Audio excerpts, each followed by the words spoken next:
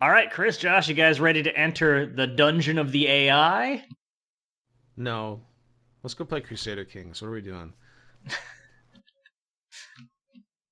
So, So so today, let's why aren't we playing Crusader Kings? Well, Chris said that he wasn't going to be here, so we decided we'll do something else, and then Chris showed up anyway. It is a So now long we're story. here in the land of robots. it's a long story, but it's not the one we're here to tell. We're here to tell a story about dwarves and adventures and staves and chatbots, which is basically what we're up to play today. So this is AI Dungeon, and basically, if you've ever used like a chatbot like a Cleverbot or Jabberwocky or something like that, this is sort of like an adventure-themed version of that, where it theoretically can infinitely tell stories based on parameters you give it, and will, to an extent, understand the logic of the stories and the characters. If you go to AI Dungeon right now, you can start playing for free with kind of like a lesser version of the AI, and if you have a premium account like I do currently, you get a slightly upgraded experience. I would say a somewhat upgraded experience, where the AI has a little bit more of a sense of how to tell stories. So I'm going to kind of explain how it works here, and once we're up and running, basically all three of us now can play. Because one thing that's cool is that if you have the premium version, other people can join in. At the bottom, sorry, any questions first?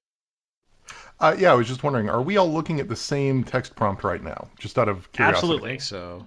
We're all looking at the same thing right now. So, as I will demonstrate. So right here, what we've got is like the text it gave us. When you click play multiplayer, it gives you a few prompts to start with. You can do more complicated stuff in single player, which maybe I'll get to later. But right now, it's just like, all right, here's a prompt to start out with, and then what it usually does is it adds a writer onto that like continues this and takes it in a different direction, unique direction. But I erased that so I could sort of demonstrate how this works. So right now, this is the text that somebody wrote. That's like the beginning of everybody's AI Dungeon multiplayer fantasy story. I'll read it aloud.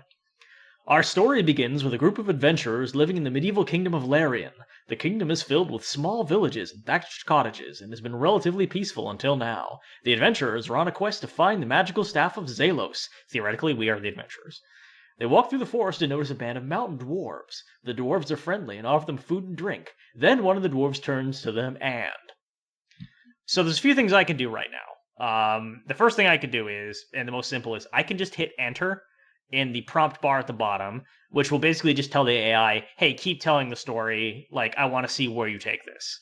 And it'll keep adding things to what it's written based on what it understands the story to be, and may even, like, take action on behalf of our characters, which we've given names at this point, and which gradually, like, it might learn more about them. So I'm just going to hit enter and we'll see what we get. One of the dwarves turns to them and... says, welcome to the Lost Realm. You are prisoners here. This is a real event that happened in a fantasy world called Neverland. It is a system that runs off of Dungeons and Dragons 3. Now, the thing about this that you may have noticed is that this is completely asinine and doesn't make any sense. We're off to a rollicking good start. And I will say that part of this is that it's really bad at starting stories. I think we should just like keep hitting enter and see how long it takes it to just completely fuck itself. Okay, we'll but like, absolutely do that. But for now, what I'm going to do is I'm going to go to the bottom. I'm going to hit retry. what does it mean? A real event that happened in a fantasy world called Neverland. Like, how can it simultaneously? Some Maces and Monsters shit.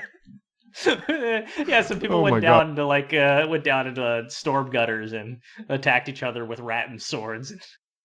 All right, we're gonna hit retry. I like and see how what we get. we have 3 proper nouns for this place. Then one of the dwarves turns to them and points and says, "It looks like you found our trap, fools." Suddenly, the dwarves attack. Okay, so what's happening here story-wise basically makes sense. The dwarves are friendly to us, but it was a trap and they ambush us. The AI understands that in a loose sense. Like, it gets that is a kind of story structure that can happen. Like, that's how stories work. Things seem fine, and then Okay, I haven't. Okay, so Josh just wrote Josh offers Campster as a tribute sacrifice. You try and it responded, you try to sacrifice Campster, but I show no mercy and defend myself with my magic sword. You and the other adventurers all flee the battle. I'm gonna undo that. That didn't go quite the way I expected. So like AI Dungeon sort of what it has figured out, as we'll sort of see, is that like stories have twists and like kind of expectations get reversed and like conflicts happen, but it's not always good at expressing that. So, but I think basically we're going to run with this. So, right now, one thing I can actually do is I can click on any of this text and I can edit it to say whatever I want. So like let's go back and let's change that last narration so that it's a little bit smoother. So one of the dwarves turns to them and points and says,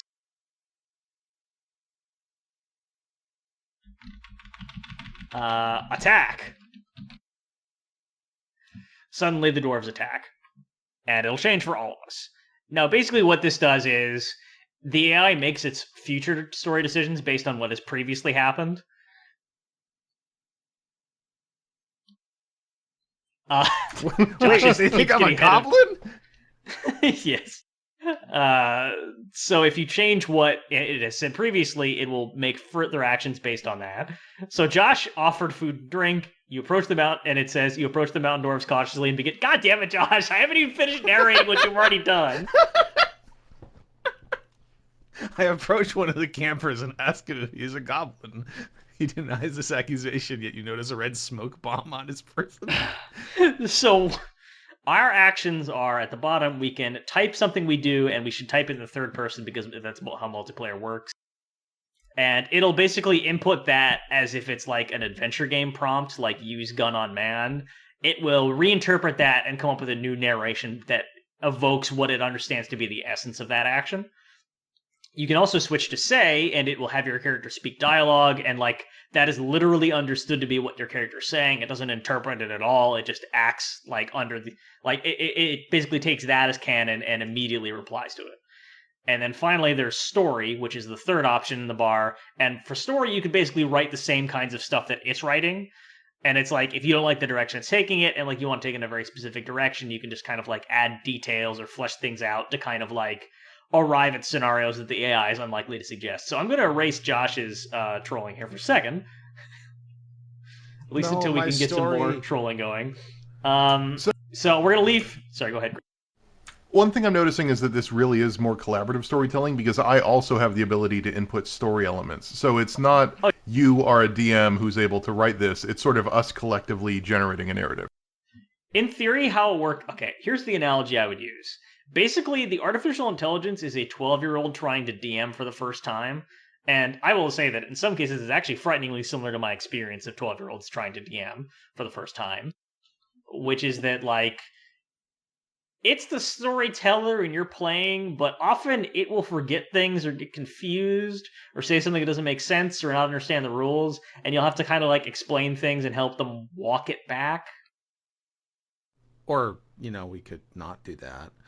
Or we could not do that and see what happens. So let's. You guys want to just kind of like accept whatever it tells us for a while and just see how that works out? Yeah, let's do it. All right, so here we go. I'm gonna.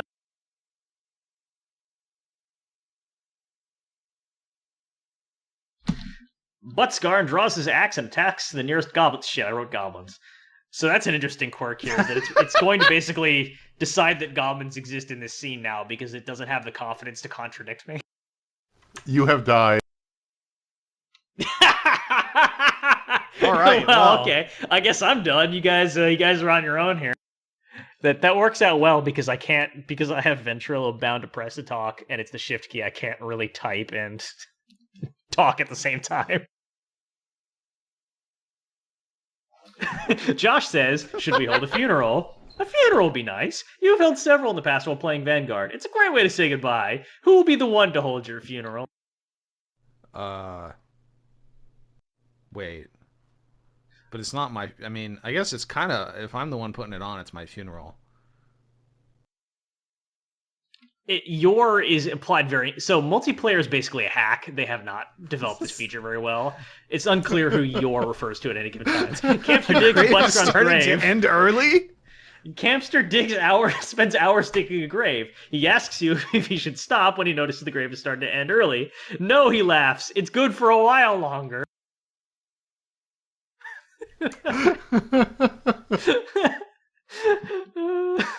Should we do anything about the trolls or whatever that are dwarves? The dwarves that are attacking us? The dwarves that are... Well, I got killed by a goblin. Place Buttscarn in the grave. Buttscarn is placed in the grave and everyone else leaves. After a few days, Camper comes back from his hunting trip with a wild boar. So my name seems to be throwing off the AI something fierce. Oh, yeah. So... I would say that so far this is somewhere in like the bottom 30%, 33% of like adventures in terms of making any fucking sense. We had a nice funeral for you. I feel like the problem is my name. I should have chosen a better character name. No, you shouldn't have. It has confused it with Camper multiple times. The AI does get confused about names sometimes. That's one thing I've definitely noticed. So, one thing that should be stressed, in case it isn't obvious to people who haven't spent a lot of time around chatbots, is that basically the AI, everything it's saying is in some way based off of input that it has received. And I'm guessing that a lot of that input... Yeah, I'm guessing that a lot of that, if not all of it, is people playing AI Dungeon and like using the story function to add things. So one weakness of AI Dungeon is that like your adventure is going to resemble adventures that other people have made. Unless you specifically make it otherwise.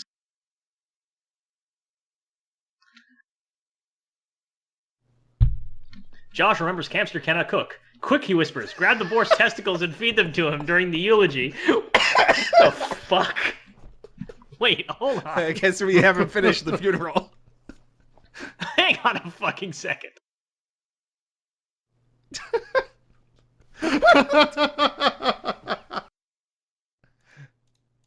Campster attacks the dwarves with dual-wielded katanas, and he looks totally rad while doing so. Campster rejoices as the boar and dwarves both go down. Buttscarn has been avenged. Josh says, woo! Everyone else joins in the applause and then discuss the next plans of action. I just want to point out that I've killed boars and dwarves, and it was goblins that killed Buttscarn. Well, they were dwarves originally. So, how much more do we want to explore this doomed fucking scenario before we try something else? Maybe let's start over.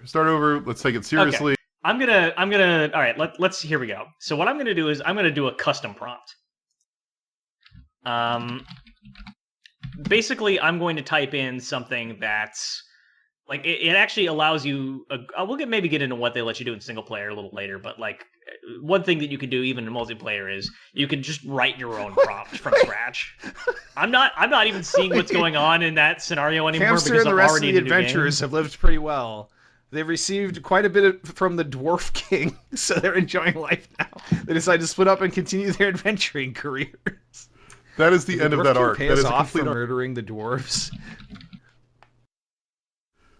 That's a complete arc. I mean, say what you want. That is an arc. We started. Yeah. We were surprise ambushed by dwarves. We had a funeral for Buttscarn, and then we avenged in the middle of the battle. Apparently, it's great. Okay. Once I finish typing this, I'm just typing in like a generic fantasy prompt, and once it's done, we'll start there and see if maybe we can impose a little bit more order. So for this one, let's try to be slightly more conservative at first and see how that works, because I am curious how much sense it will make with the three of us in it. I mean, I offered them food and drink, and then you attacked them and just got completely murked. I don't know. Well, they were already attacking. You can't offer food and drink while they're attacking. And also, it confused my name with Camper. Which is good. My next role is going to be a different name. I'm gonna make up some fantasy crap.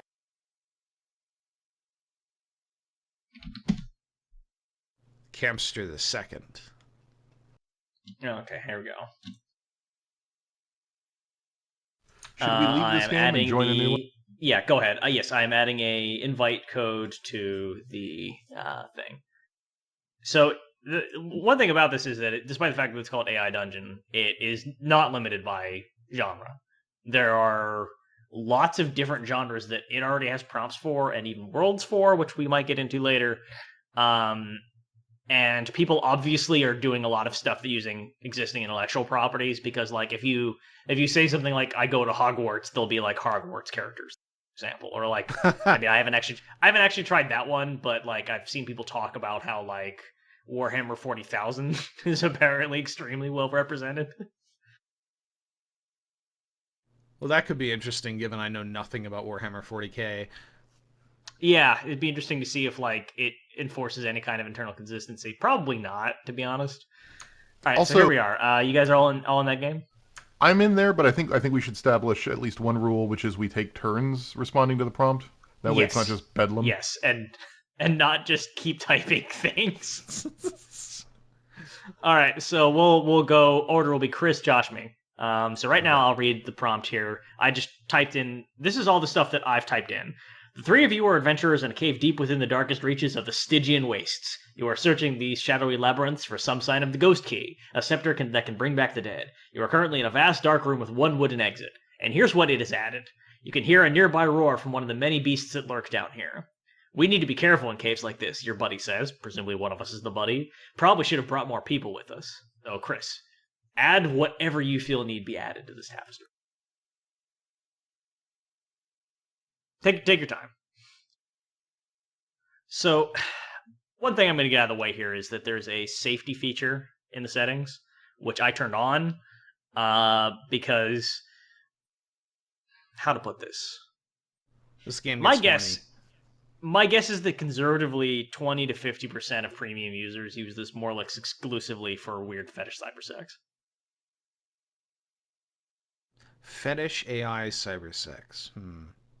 Yeah, I mean, if you think about it, it's a good way to get exactly what you're looking for without needing to involve another person because you're Of shy course. or in a relationship or just don't know where to find other people who are into whatever you're into.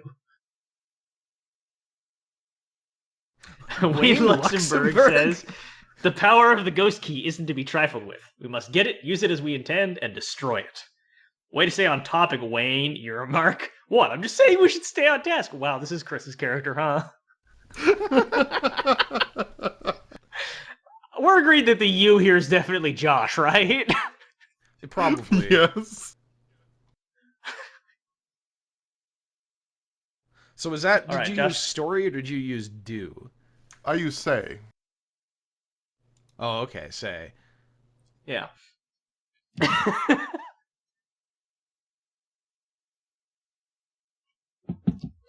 So in the single player, they have a feature called Worlds where you could use pre-made or you can create your own like more complicated settings that it theoretically remembers more rules for.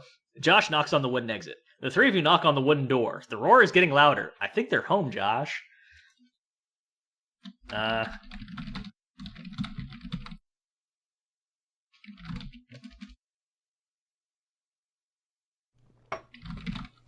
Way to stay on topic, Wayne, is my favorite comment. Buttsguard kicks down the door mightily, drawing his two-handed blade. Okay, now it's giving me an experimental feature right now. I don't know what you guys are seeing, but essentially it's giving me a choice between two different options I can pick.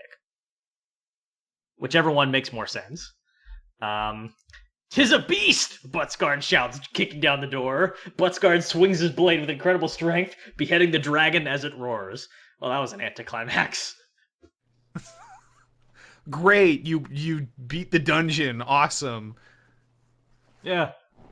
Or did I? Now I'm trying to think of how to even respond to that as a character. Like we knock on the door gently, and then Rutskarn just knocks it the fuck down and immediately beheads a dragon, which I presume was on the other side. I have a Yes. response if you want to like switch. Okay, if you want to switch turn, yeah, go ahead. Okay, yeah, we'll do that. Rolling turn order. Now it's Josh's turn.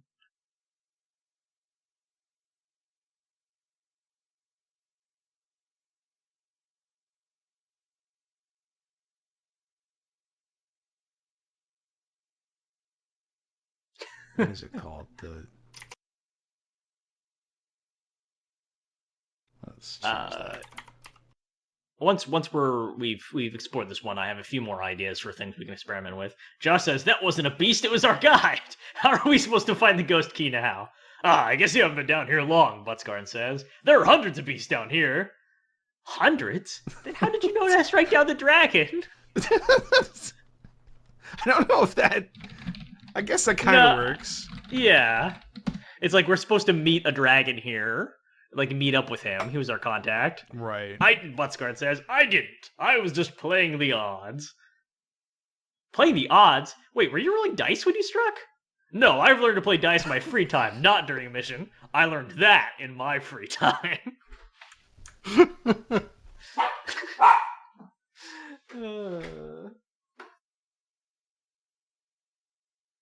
So, Chris's turn now.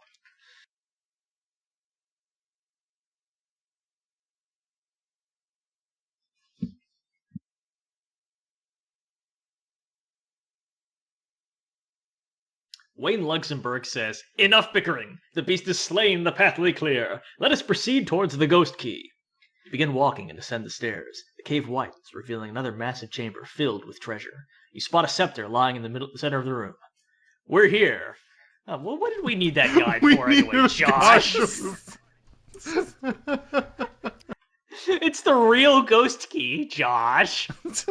It's easy, Josh. The scepter's right there. Wait, what if the ghost key is actually inside another labyrinth, hidden illusorily within that scepter? Let's see. How do I want to do What if this? it's some kind of... What if it's some kind of... Me, probably? What if it's some kind of... Inception? Alright, can we fire Rutskarn? Vote to leave Rutskarn in the dungeon. Aye. AI Pungeon. Whose turn is it? Okay, so Chris just spoke, so But that was the end of a group of 3, so now we could just choose another order. All right, I'll go. I've got it. Okay, you go. Josh says, well, how's the AI doing? Go away. Josh says, well, that was easier than they said it would be. You can't just take things lying around here, Butskarn says. I'm sure the owner of this place would like to see it back, you say. Fair enough. That makes no fucking sense. I'm retrying. We'll see about that, Butskarn says. Well, what's wrong? The scepter looks like the one I had in my possession when they broke it. Okay, so there's a story here. Basically, this scepter. I basically think that this is not the ghost scepter. I think that this is just like a scepter like one I had earlier. I'll go next.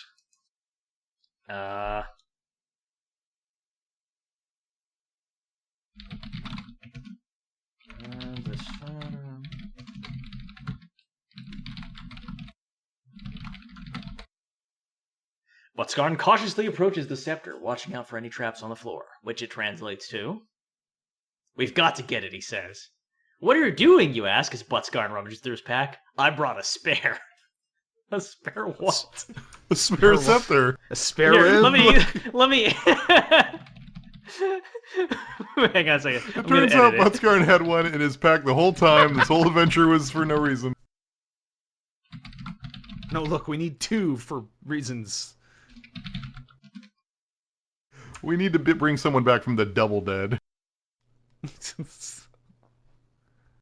We gotta bring back the dragon. What? I brought a spare scepter. We could switch them, like that broadside ballad, Indiana of Jones.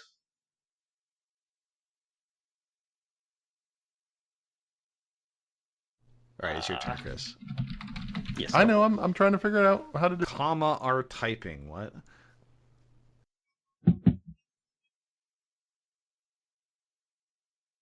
That might mean that Chris doesn't have a username that it can like. It doesn't like Wayne Luxembourg. Wait, stay on topic, Wayne.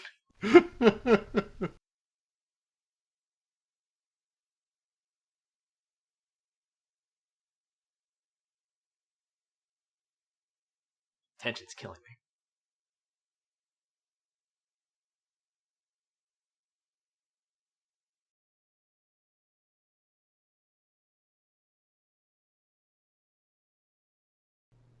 Wayne Luxembourg says, "What of this scepter? 'Tis a fake, like so many beforehand. We don't need baubles or staves. We need the power to raise my beloved." "We need to be sure," Buscarn says, inching towards the scepter.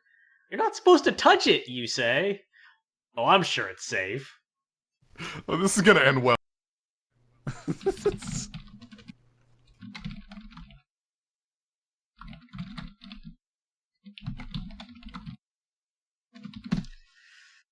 Buscarn switches the scepter in the treasure pile for his fake, which it turns to... Da-da-da. The three of you exit the treasure chamber. You see your allies waiting outside. "Did you get the scepter right?" you asks. "Yes," Buscarn says. "Great." The end. Well, let's try it out. Okay, so what does Josh do in this scenario? Let's see. Who's this fucking Ragnar chose? He was waiting outside. You know what? Hang on. Before Josh puts in whatever, I'm just gonna put in Ragnar is a in story and let it fill in a description of Ragnar so we can figure out who the fuck this guy is. Ragnar is a giant of a man, covered in the fur of some kind of massive Ice Age beast. He's the leader of your Viking allies and commands a horde of fierce warriors. "So what happened down there?" My Ragnar voice. Josh, you want to take this or you want me to go? No, I got it. I think we can all agree that Ragnar is definitely Wayne Luxembourg's friend. God damn. I hate how true that is. I hate it. Look, it got confused about Campster, so I wanted to... What the fuck? Josh says Buttsguard killed a dragon for no reason. "Shut it, Samson!" You're Josh Samson. "Sorry, Ragnar." You watch as the two men are heading into the tunnels. Ragnar spurs his horse forward to lead the way. Wait, we gotta go back. Boss! What a boss riding his dragon into the tunnels. Hang on, we're gonna retry that one. He wants you to show him the dragon. "It was an easy kill," Buttsguard says. I'm gonna go ahead and continue that. Oh, this got rid of the canon last name for Josh, didn't it? Yes. Oh. Yes.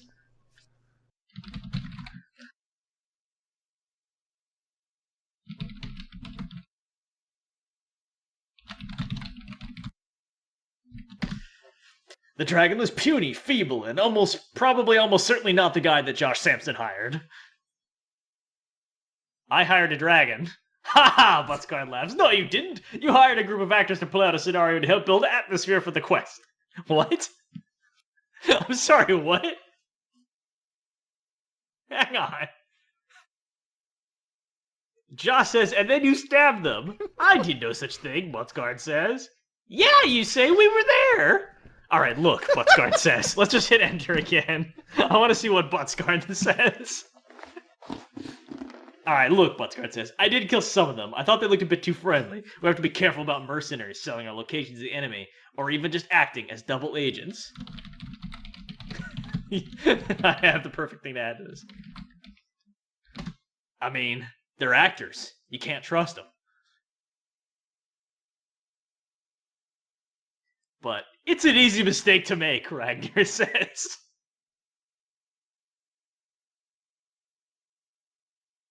Are you So the canon taking this, Chris? I feel like it's my turn. Yes. So the canon here is that Josh hired a bunch of actors to impersonate a monster so that they could infiltrate the tunnels and lead us to the scepter, and then we killed them. I feel like we're getting further away from the whole ghost thing. I really like the idea that, like, you hired a bunch of actors to go infiltrate the tunnels and lead us to the scepter, and they walked in and the scepter's right there, and they're like, "Well, that was fucking easy. This is the best job we ever had." And then the door just gets kicked out and they get killed.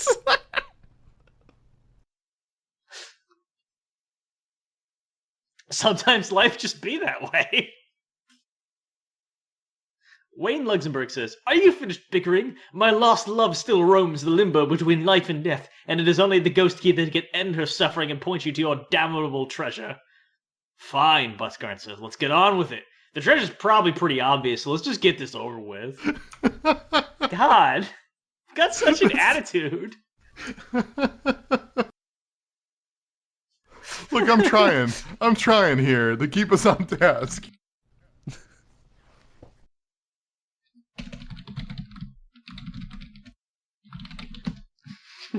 Resurrect your stupid wife, Wayne. See if I give a shit.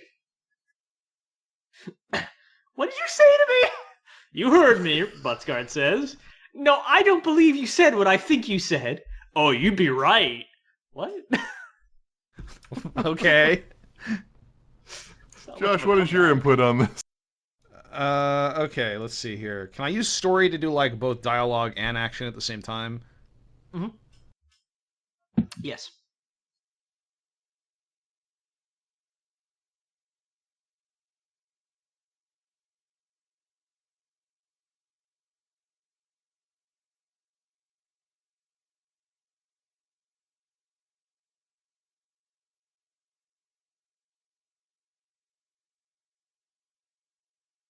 Oh. Okay. It won't say... Yeah. Okay, let me edit that. Yeah, just put in Josh. Josh wipes the scepter from Butsguard's belt, staring at it intensely. So how does this thing work? He asks as the others draw their weapons. Presumably that is where he hit enter. Yeah. It was And just, then it so how added- does this thing work? And then, yeah. It added, it detects life force. The more life force, the feel like stronger the that's- object. The closer it is to a living creature, the more powerful it is. Well, that's... No, that's not how Wait, it works. who's I even can make answering this work. that? I can make that. Go for it. Go for it. Go for it.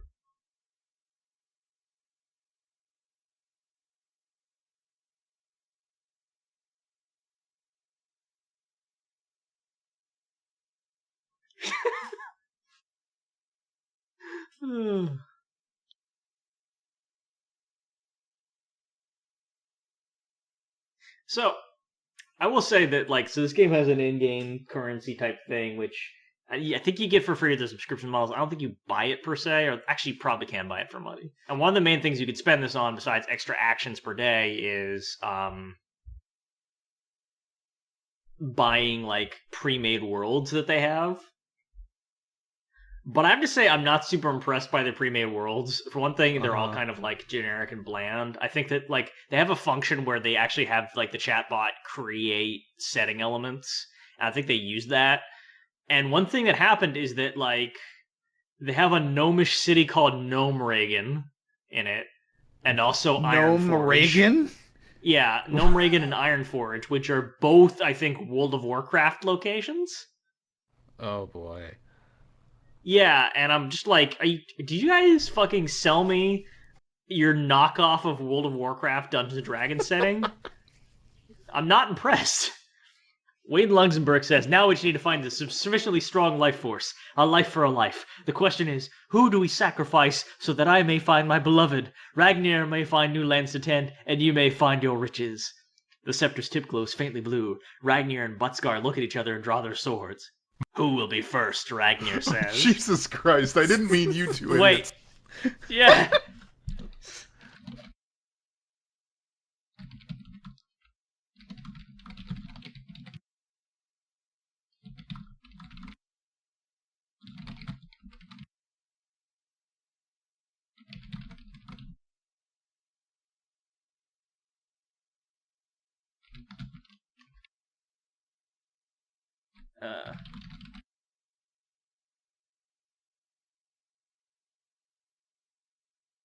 If I ever go incognito as Wayne Luxembourg, do you think I could pull it off?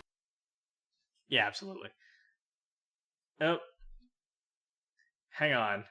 I think, okay, it didn't like whatever I just wrote, so it redacted it. I think I might have sworn, maybe, like there's some profanity. Huh. So let me try again.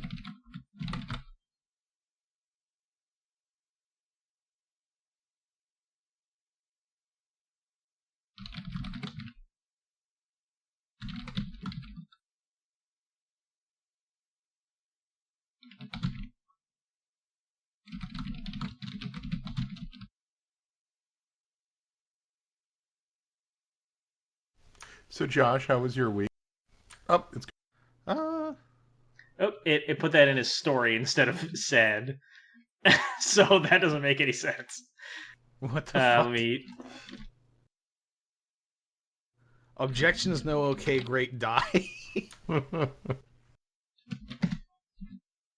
Exactly, says Buttsguard. I agree with what Wayne definitely just said. We need to make a sacrifice of the strongest among us. I figure it's Ragnar. Objections, no, great. Okay, die. And let's see what it does with this. Ragnar's eyes go wide, and he tries to plunge his blade into Buttsguard's neck. Buttsguard sidesteps the attack, grabbing Ragnar's wrist and twisting it painfully. Yeah. Gonna give him a burn. Real bad friction burn on his wrist. Let's just play out this battle. I'm just gonna keep hitting enter and we'll see what happens.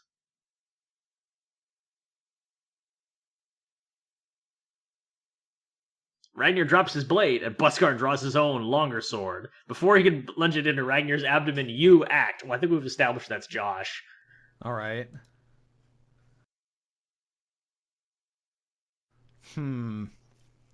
Indeed.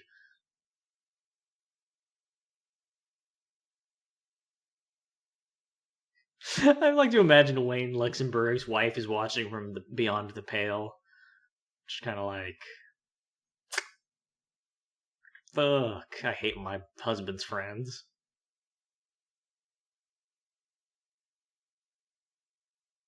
Just like absolute worst tier work friends. Josh stabs Ragnar for stealing the kill. You rush towards Ragnar and Buttsguard. As quick as a cat, you grab the sword from Ragnar's hand and twist it, cracking his arm. This guy's poor fucking arm. I mean, it didn't... I think what... It's not really consistent with what I said just happened, but... No. I think what happened here, to an extent, is that, like...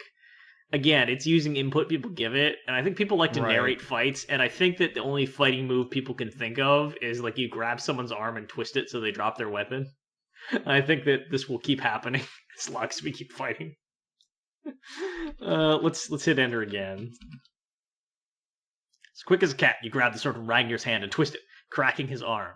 This guy's poor fucking arm. He screams in pain, dropping the weapon again. Before he can react, he twists his wrist again, causing him to fall to his knees. You plunge your dagger into his throat, twisting his blood spurts out. Come on, baby! Let's do the twist! Look, I'm still upset about that fucking drama troupe you murdered. Yeah. Well, you did kill Ragnar. Yeah. Alright, Chris, you want to see if you could use this somehow? Yeah. Alright, I'll be right back. Oh no, the DM has left.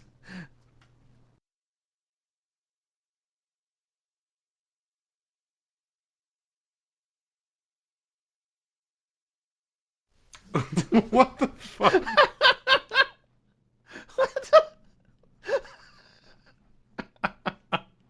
I think Rutskarn should redo that. I think Rutskarn should retry that. Wait, can we... Let's... If I hit retry here, what happens? Hit retry. There we go. Wayne Luxembourg says, "You imbeciles! We needed to prepare the ritual. No incantations have been read or candles of boar's fat lit.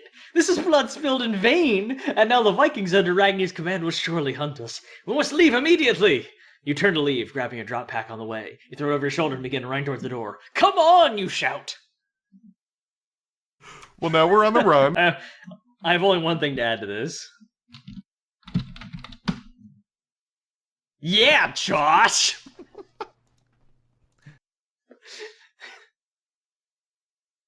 As you reach the door, a spear slams into an inch from your head. You turn and see a half dozen angry-looking Vikings. They charge towards you, weapons in hand. Oh, shit. Wait. I have one action real quick. I just want to say that I was picturing us in like an outdoor clearing right outside of the cave. I don't know what this door is, but... I think we're still in the cave. Into the theater. Buttsguard throws Josh to the Vikings. Sorry, Buttscar shouts as you're knocked to the floor. You're on the side, narrowly dodging a swing battle axe.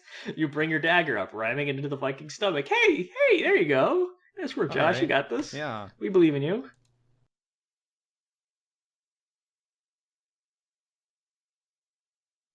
I used the wrong kind of vein there, didn't I? Yeah, I was gonna Whoops.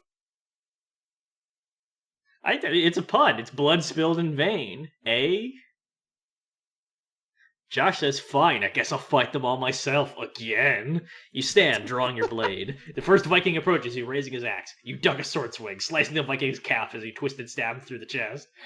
Wow, that's a hell of a move that gets the calf and the chest at the same time. Yeah. Apparently, it seems like it might be calf first and then chest, which is even more impressive. Yeah, you just from down below, just right through the calf and then straight into the chest. I think that barely biomechanically works in the sense of slicing it open, implying not a piercing attack. You killed a dragon made of half a dozen actors. Yeah, well, I have in one swing.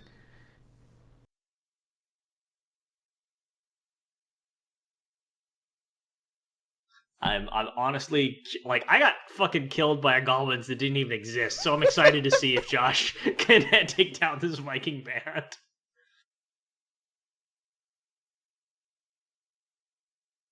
So you can already see that this is going a lot more coherently than our previous adventure. Not coherently. I wonder if it's a thing where as it gets more input, it can kind of build a more concrete idea of the nouns and the verbs going on here. Wayne Luxembourg mumbles an incantation of dark magic, intent on freezing the Vikings in place, in terror of dark forces unknown. You feel power course through you as the dark magic takes effect. Wrong effect. The Vikings freeze in place, weapons in hand. Their dead eyes stare into nothing, and you can't even get a single scream out of them. That's kind of cool. Can I respond to this? Okay, so there's some cool shit that happens sometimes. Yeah, go ahead. One time, somebody was trying to do a ritual that they didn't know how to do, and so, we started floating, and there was, a skull that started glowing with energy that was the center of the ritual, and, the ritual started, hurting us. I just type in the action, shoots the glowing skull, and it actually, made the connection that the glowing skull was an essential component of the ritual, and that when I shoot it, it just narrated, you shoot the skull shatters and the ritual fades, releasing all of you. And it was sort of able to, that was I think one of the more impressive leaps that had happened during that particular session, where it's sort of it's able to draw connections and understand what the story logic is here, and apply that in a way which is surprisingly slick.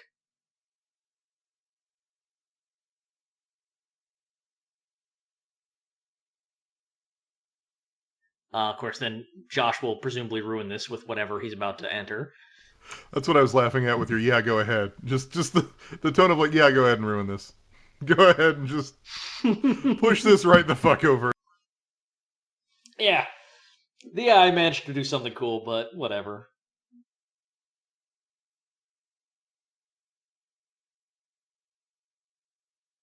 Josh returns his dagger to its scabbard, crossing his arms and turning to Wayne.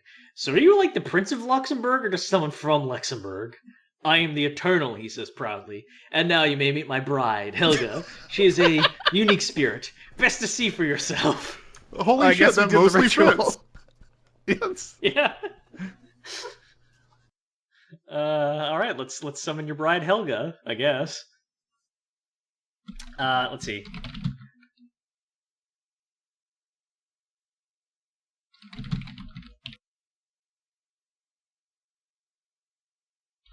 I'm going to do story so I can do slightly longer narration.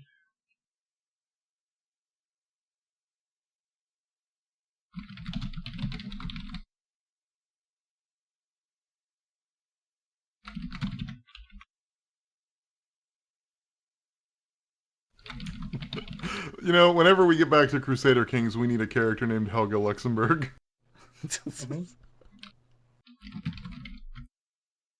Wayne the Eternal Luxembourg. It just says the Eternal on my business card. It's not the name I go by. It's more like a title. Buttscarn whistles as he melts down some Boris into candles and begins murmuring his way through the cue cards of a ritual. He begins to invoke the dark forces, which will let them resurrect Helga Luxemburg. The AI doesn't know what to say, so I'm going to add one more note here. I'm just going to turn this over to Chris here.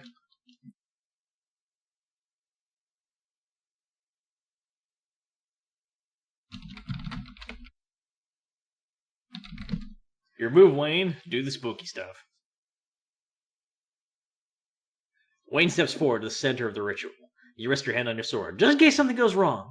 It's a comforting feeling being so powerful and dangerous. All right, Chris, take us home.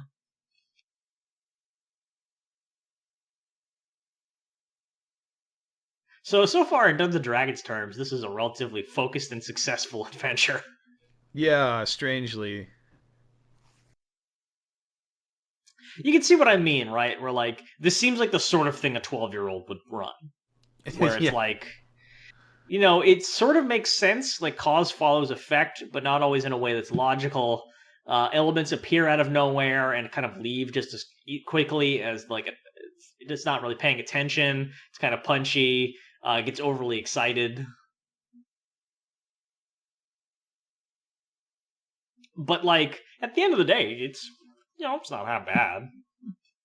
I would go so far as to say that it is about as good as a bad RPG session. So when you say this is like a 12-year-old doing their first DM, is this scenario from your first DM when you were 12 years old? No, my first for one thing, the first time I DM'd, I was 8 years old, and for the other thing, that was actually that was about hunting down some scrolls which were buried in a tomb out in the desert, and guarded by. That's very different from what we're doing King. right now. It's not fundamentally different. The first thing that happens in it is that they're on a caravan that's attacked by gibberlings.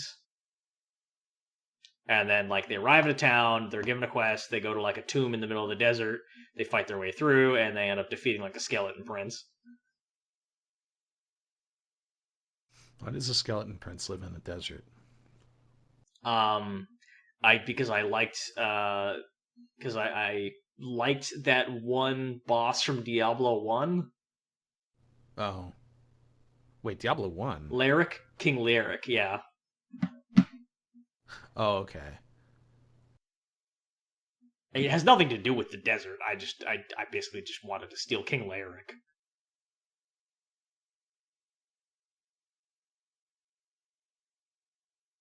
Is Chris writing a novel here?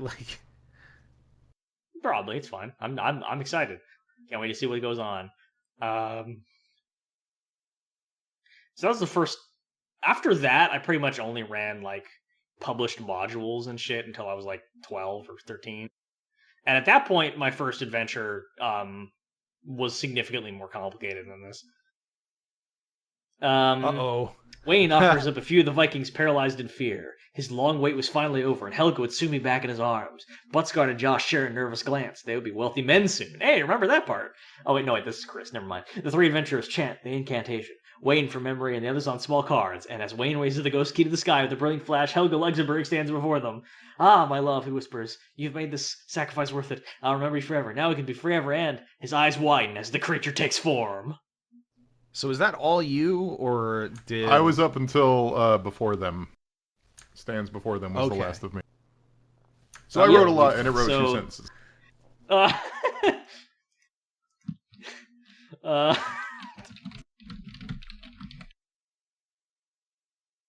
I got this. I'm sensing we made a mistake bringing my wife back from the dead. No, why would... in what literature is this ever a mistake? Come on. God damn it. Again, it seems to have taken objection to whatever I wrote. I shouldn't have turned on strict. I should have turned on moderate. I'm writing entire novels over here without swearing. I'm just saying.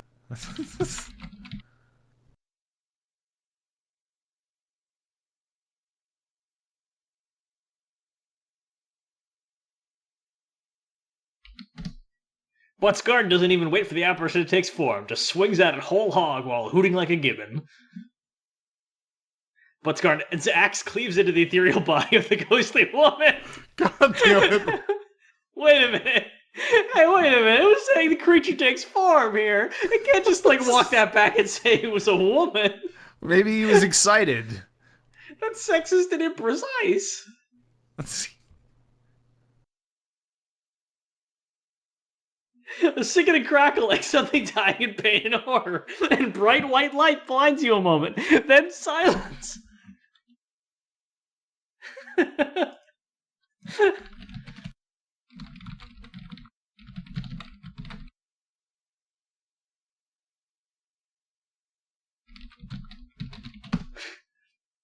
Buttsguard waits in silence a moment. Then he says, I think your wife was evil, dude. Man, I'm hungry.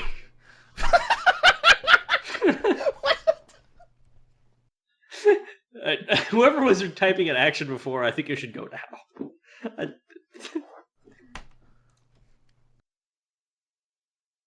Josh, are you going or should I go? All right, let's see. I feel like probably Chris should go. Josh, you want me to go or are you going? Let me just say something to react to what's going on. Actually, no, you just go ahead. So, there's a few ways to interpret what just got narrated.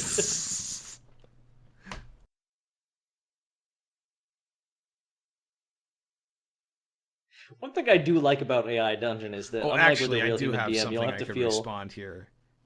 Let's wait until Chris is done. But the thing I do enjoy is that unlike a real DM, you do not have to feel bad about fucking with it. Yeah. And that's pretty much all I do.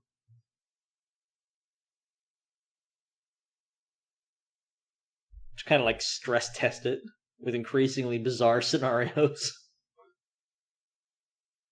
Wayne Luxembourg stands in shock, aghast at what just occurred.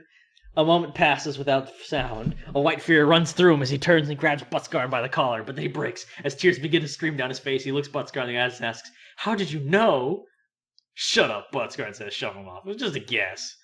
Yeah, he says, wiping his eyes, a good guess. Wayne, did you not tell us your wife was an evil monster? We're gonna have to explore this in more detail. Wayne.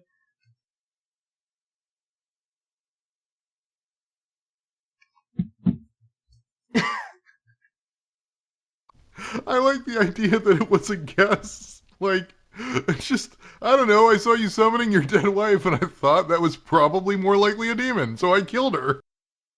It's when you said creature that it's when the narration said creature that I assumed that a monster's coming out instead of the wife you were trying to summon.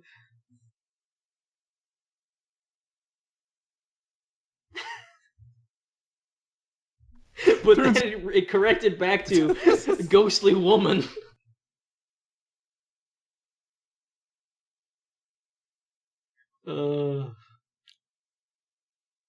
Very, very troubling. Can only apologize for any shippers in the audience who really favored the Wayne and Helga Luxembourg pairing. Josh stares impassively at the dozen Viking corpses lying in a heap in the center of the room. Yeah, and we're saints. Right, Buttsguard snorts. He takes a deep breath, cracks his knuckles. So we split the gold evenly then. How much do you think this place is worth? This random forest. I think we have exhausted this story's potential. Want to call it scene?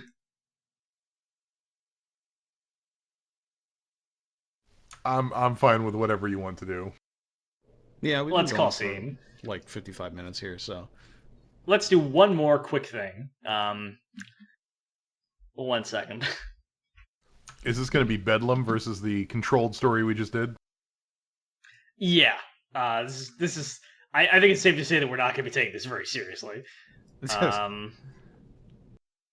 see. So one of the options it gives you It's actually really bad is it gives you the option for like a Cyberpunk prompt. And I'll be honest, like, so the multiplayer version is uniquely bad, right?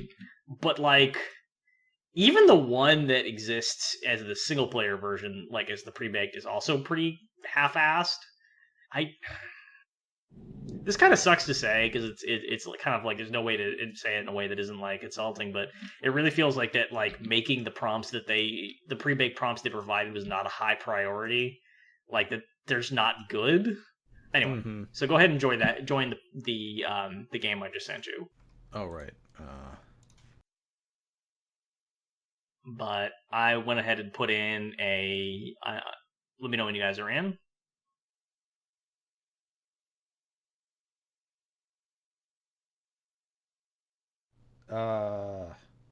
This doesn't look like a Cyberpunk prompt. No, it is not, because I erased it. And now I'm going to enter. I thought that it was time that we finally did Cyberpunk 2077. So I've entered in the synopsis for the street kid background in Cyberpunk 2077, taken from the Cyberpunk 2077 wiki, and let's just sort of see where this goes. Should I have put my character name in as V? I already did. So spoilers for the beginning of Cyberpunk 2077, I guess. V is running a job for Kirk Sawyer, who provides them with the technology to steal high-end Rayfield Aeronite Guinevere, owned by Kaoru Fujioka. V enters the car before they are stopped and held at gunpoint by Jackie Wells, whom also intends to steal the car for their own purposes. Before he is successful, an NCPD squad shows up and busts the pair. The squad is led by Jack's childhood friend, Inspector Stintz, who also recognizes V. Kaoru, an Arasaka employee, shows up and orders Stintz to kill the pair and dump their bodies out at sea, as he does not wish to see them go to trial. V talks Stintz into arresting them and takes both into the Untergunther to hide out while they escape. Is this really the wiki summary of the fucking start of Cyberpunk 2077? It is the start. Well, up until a certain point, where probably that last sentence is just like it added that based on the prompt to Cyberpunk 2077.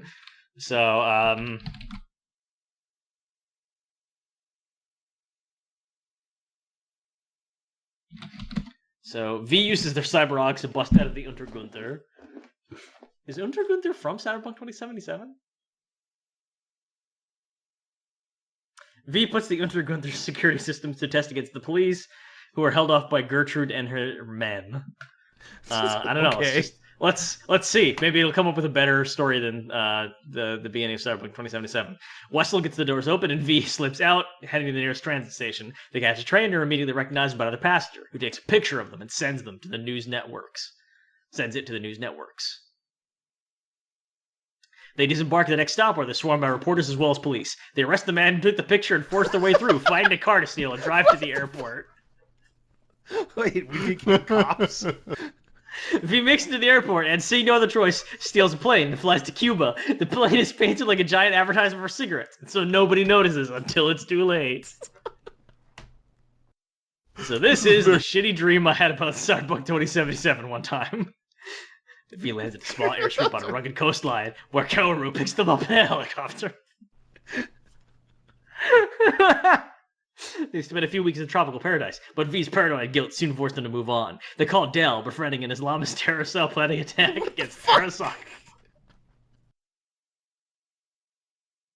Dell agrees to give them weapons and supplies in exchange for striking against Arasaka. The terrorists are striking Arasaka on a research station in the Congo, wiping it out. I think we're probably just gonna call it into a fucking 80s action movie. Okay, I want to see an Arasaka research station in the middle of the Congo. You have a cyberpunk Japanese mega conglomerate doing research in the middle of the like. What does the Congo look like in a cyberpunk reality? I want to know because it's really not explored in any cyberpunk text as far as I'm aware. Yeah, so like, I really wanted to see if there's a director who could is skilled enough at sleight of hand and plot holes that they can cover up a scenario where V gets on a plane and flies to Cuba, gets out, and then gets picked up in a helicopter by the guy that they were trying to steal from. Yes. Who then takes them to this Dell guy who then takes them to a terrorist cell that launches a strike in the Congo. Riggs Cunningham hears about the terrorist attacks and briefly considers getting involved before going after cheeseburgers instead. Riggs hears about the attacks while eating dinner. He's initially furious that V and Dell conspired to attack his company, but calms down and goes to bed when V and Dell explain everything. I love that the AI-generated part has just as much of a I don't give a fuck energy as what I originally typed. Yes. The next morning, he calls an emergency staff meeting and announces that the attack of the Arasaka station was actually set and raided by a disparate terrorist led by a man who calls himself God. All right, this is not going anywhere smart. Wait. I love it. I love it so much. This is like, at this point, I think this is just like stealing from people's like dumb Tom Clancy scenarios. That is okay. So that terrorist sect, I don't know if it's a terrorist sect, but that is like a real name that exists in Nigeria? I'm seeing a guy from Nigeria who's named that. I don't know like what language group or cultural group that name specifically belongs to. V escapes by clipping himself to the floor of a helicopter into the jungle. Well, that's pretty Cyberpunk 2077 right there. Yeah, I mean, come on. He leaves Dell behind when he gets out of the boring wreckage. Suddenly, without warning, the sun goes supernova, and 8 minutes the shockwave hits the Earth, robbing it of its atmosphere and debris the surface. All life on Earth is wiped out. This Earth is now a fiery planet incapable of supporting life. Sorry, I really should have emphasized spoilers for the ending of Cyberpunk 2077. No, we can work with this. Hang on.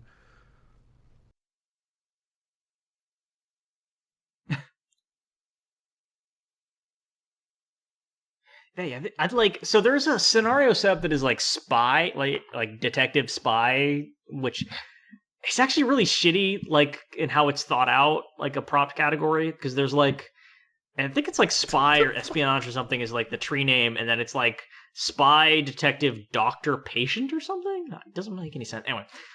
Goku goes to Namek and uses the Dragon Balls to wish the Earth back. However, when he attempts to wish for life to be made anew, and he accidentally wishes for all life to return to Earth, building to be a replica of it, just on a larger scale. I feel like we've broken the AI at this point. What's this act called? The Earth is destroyed, the Earth is reborn, life on Earth is eradicated, all life on Earth returns but in a smaller form to fit the new solar system. Okay, we're done here. That was AI Dungeon. This was by no means the game at its best. I don't know. Actually, the story we generated second is actually not terrible. I would go so far as to say that, like, if you're doing a very broad genre story, that's about par for the course. The second story we did. That's, like, about what you can expect. If you try to get too precious and, like, you know, oh, I want to do my own thing, kind of, and, like, remember my own story elements and kind of have my own flavor, frankly, I don't think it's going to be able to figure it out very well. Like, it often will, like, not even be able to handle stuff as simple as, like, this story is set in Russia, so characters should have Russian names and there should be Russian locations, for example. It's just like, it's essentially, this is a regurgitation of the storytelling impulses of thousands of other strangers interested in genre fiction. And as long as you're willing to work with that and kind of play in that space, you can kind of get some cool stuff out of it. Yeah, I just thought you guys might be interested in it as technology. There's certainly a novelty to it. Tiny elephants prance alongside tiny monkeys. Also, there are rivers. The planet is the once only remnant of a once complex solar system. Nibiru is destroyed with its 3 surrounding planets. Why do planets Urus, keep blowing Masanu, up? and Jeka. I don't know. Did somebody hit enter? I entered Oh. the tiny elephants line. I don't know about the rest of it. Yeah, apparently. Yep. So that's that. I want 3 seasons. I want to order 3 seasons of this. Uranus, Neptune, Pluto are rendered uninhabitable. Oh, you don't fucking say. Really? Interesting. Fascinating. The whole Rendered He's uninhabitable? reiterating that shit is fucked. The solar system is now a small, stable globe. It's just the one planet with its tiny monkeys and elephants.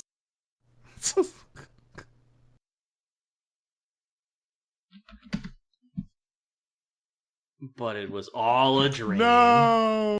The Earth is restored. Yay! Didn't want to scare anybody. All right, we're done. All right, Good night, guys. cool. We did it.